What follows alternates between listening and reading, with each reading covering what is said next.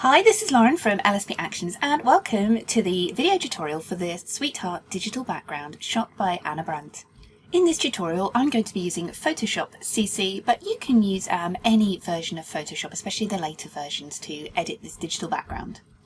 Unlike a flat JPEG, this is a multi-layer PSD file with layers over here in your layers panel. You have the sherbet heart, this is your base layer. You have paper hearts, and you also have watercolour hearts. You have a blank layer here to add your baby in the right place, and then you have some extra texture to add over the top as well if you really want to add that textured vibe. Now let's backtrack a little bit to opening the file in Photoshop. Now the first thing you need to do when you download your file, you will notice it's a zip file. This is a compressed file, and inside the zip folder you will find the video tutorial, the PDF guide and the PSD digital background. You're going to need to unzip these first before opening in Photoshop because Photoshop doesn't understand a zip file.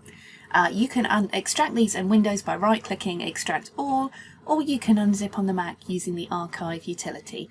So go ahead and unzip those folders and save it to somewhere on your computer. You can always re-download again from your account on the LSP website. And when you've done this, you can go ahead, open up Photoshop, File, Open, and find the Sweetheart digital background. And open that up in Photoshop. Now you need to be able to see your layers panel over here. If you can't see it, come up to Windows and choose Layers. And then hopefully your screen will look a little bit similar to mine. If you're used to working with flat JPEGs and you prefer working that way, you can always right-click, flatten, and flatten the image down and work on it as a JPEG that way. But I much prefer to leave these layers open when working because then you can decide if you want the paper hearts, the watercolour hearts, the texture and all of those things. Now something I find helpful when working with digital backgrounds is to create a copy of the digital, which means you won't save over the original, so you can save this file exactly as it is for the next baby and the next without saving over. And you can do that by coming up here to Image and hit Duplicate, and this will just open a copy of the image up into Photoshop. You can see up here in the tab, so we have the original here and your copy up here, so you can go ahead and close the original down and you can save it for next time, and that way you can work on the copy, and if you accidentally save it, you haven't saved over the original. It's really helpful to know that you're shooting for this digital in advance, so when you're in the studio you can pose baby on some pinkish fabric. Pink or neutral works really well, and preferably with a similar kind of fluff texture to this one. Or curls work well as well, or a completely smooth layer. Now if you're like most people or like me, you've gone ahead and grabbed this digital without shooting for it. You can shoot for it in the future, but if you're going to be using an image that maybe you haven't quite planned for this digital, that's fine, but make sure you use an image that you've shot directly from above, preferably without any limbs obscured by fluff or anything like that on baby. So really do have a think about the kind of image you're going to put in. In the PDF guide that's included, there's lots of tips about how to shoot for this digital background, which is going to make the editing and the blending stage a lot easier for you and a lot more realistic. So the first step when adding the baby image in is to make sure the baby image is edited first. So go ahead and open up that baby image separately, fix the skin, remove any distractions, paint away the reds and the yellows or anything like that. Make sure the image is edited. You're going to want a kind of contrasty, warm image, but I'm going to show you how you can tweak that even further when you've added baby in. I'm going to be using the LSP Digital Background Photoshop Actions to apply baby on this one, but I'm also going to talk you through how you can do it by hand if you don't own these actions. If you want the actions, you can go ahead and go over to lsp-actions.com and grab them there. So here are the actions. So I'm going to play, make sure you've clicked on the Your Baby Here layer and play Add Baby. If you're doing this by hand, you need to go up to File and choose Place Embedded.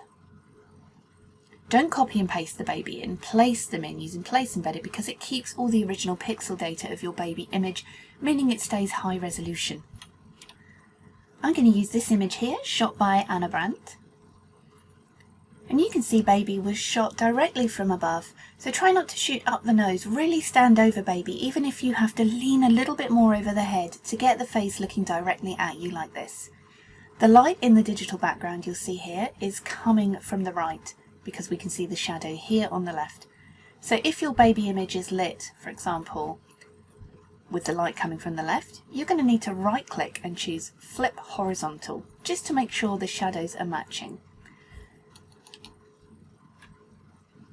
Now the digital background actions will automatically shrink the image down and make it semi-opaque, meaning it's a little bit transparent, which allow you to resize baby a little bit easier. If you're doing this manually, you can change the opacity over here on the layers panel. So roughly resize baby in. You can always change this a little more as you go, because baby is a smart object, meaning you can resize as needed. So pop baby in there, nestle the bottom down here, whichever way baby is facing. You're going to want them near to the side, and their head preferably coming even a little bit over the top. The shadows are the most important thing here, because you don't want baby to look like they're floating. You want them to look like they are nestled in. So I'm going to go ahead and hit enter. Now the actions will automatically add a black layer mask here, but you can do this by coming down here to the bottom of your layers panel. You see this little box with a circle in, looks a bit like the Japanese flag. You can click that to add a white layer mask, which will look like this one here. And you can hold down Control or Command I to invert. A layer mask is a little bit like a scratch card. Black means hide, white means show. So the baby layer is hidden. So what you need to do is grab a brush, make sure it's probably semi-hard on white to show. I like to use 100% opacity and 50% flow. Now I'm just going to zoom in a little here, grab the brush, and on the layer mask, because I'm on white, I can start painting now onto the image with the layer mask selected and start painting the baby in.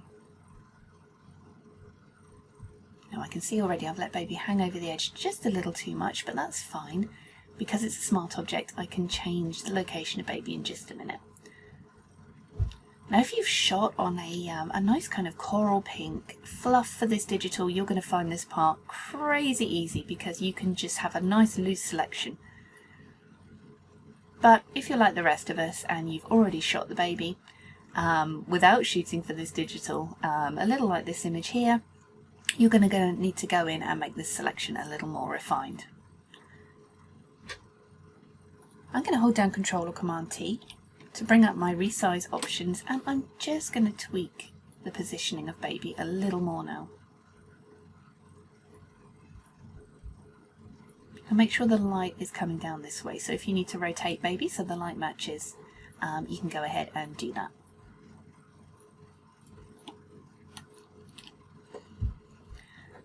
So back on the baby layer mask here, I'm going to grab a brush, switch over to black. You can switch from black and white by hitting the X on your keyboard here. Can you see? So that really helps when you're masking. So with the black brush, I'm just going to come in and really hone this selection in now. So I'm painting away anything here that doesn't need to be there. And I'm switching back to a white brush to paint in anything that I've accidentally gone over or I do want to show. It's important you keep your brush semi-hard for this one.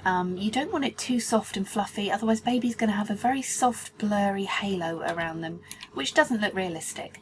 So do go ahead and change your brush hardness as needed when it comes to masking the baby in here. In some of my other tutorial videos you will notice I use the select and the select subject option in Creative Cloud, which can work really well actually. But what you will need to do is still zoom in and refine that selection a little further. And when you've finished, your cutout should look something like this. Because this is a smart object with a layer mask, you can see your image is still here, so you can go ahead and refine that selection further if you like. Nothing is deleted, nothing is missing, you've simply hidden certain areas of your image. The next step is going to be to add realistic shadows underneath the baby. You can click underneath the baby layer and do this by hand by coming down here to the adjustments option, which is a little kind of semicircle, and you can choose levels or curves. So I've chosen curves here, and I'm going to pull the curves down, and I'm looking for this area here, the left side underneath baby, to get these shadows to match. So you can fiddle around with the curves, and of course this is affecting the whole image. but it's okay because it's a layer mask. So you can click on the layer mask here, just close that down. Control or Command I to invert, and you'll see it's disappeared. So now I'm going to grab a brush on white, just take the flow down a little bit now because we don't want this too intense, and you can start painting these shadows in underneath baby. If you want to see where the original shadows of your image are, you can hold down Shift and click on the baby layer mask here, and it will show you how your original shadows look, so you can start to mimic them.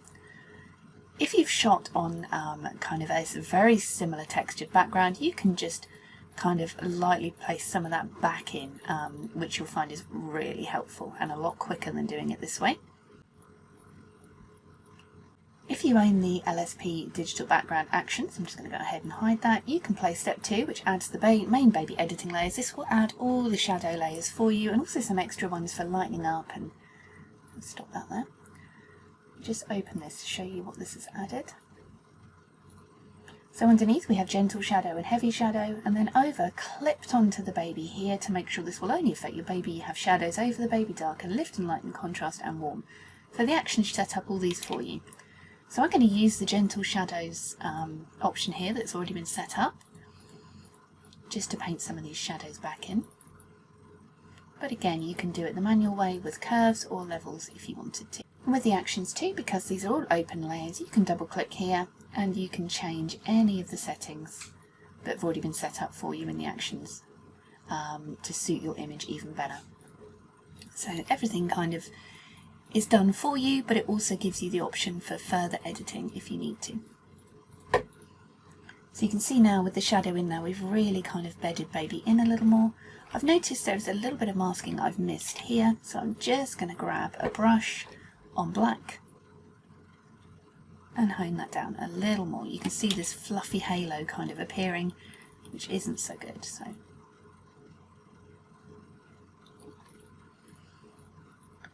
and the next step with shadows, when it comes to blending the baby in, is to add some shadows over the baby. And you can clip these on by right-clicking and choosing Create Clipping Mask if you need to make sure these layers only affect the baby. But of course the actions do all of that for you. So we're adding some natural shadowing here to really start bedding this baby into the digital a little more.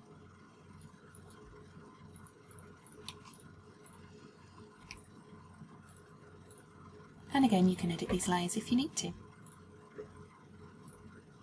I'm just going to add it with Gentle Shadow a bit to take some of the contrast out, but still darken down. But you don't need to do this. But it all depends on the digital background and the colours in your image. Also paint a little of your image back in. If you have shot, like I say, on a similar kind of pink, you can always add a little of your image in on a very low opacity here, just to blend it even more. Using a white brush there.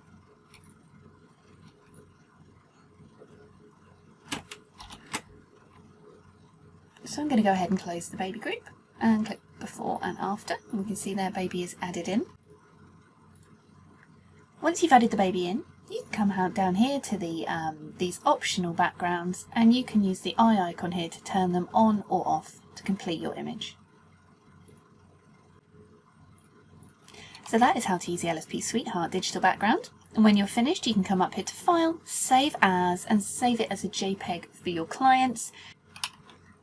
And this digital is available at www.lsp-actions.com. And you can also get the digital background actions there and newborn skin actions too. I'm Lauren. Thanks for watching.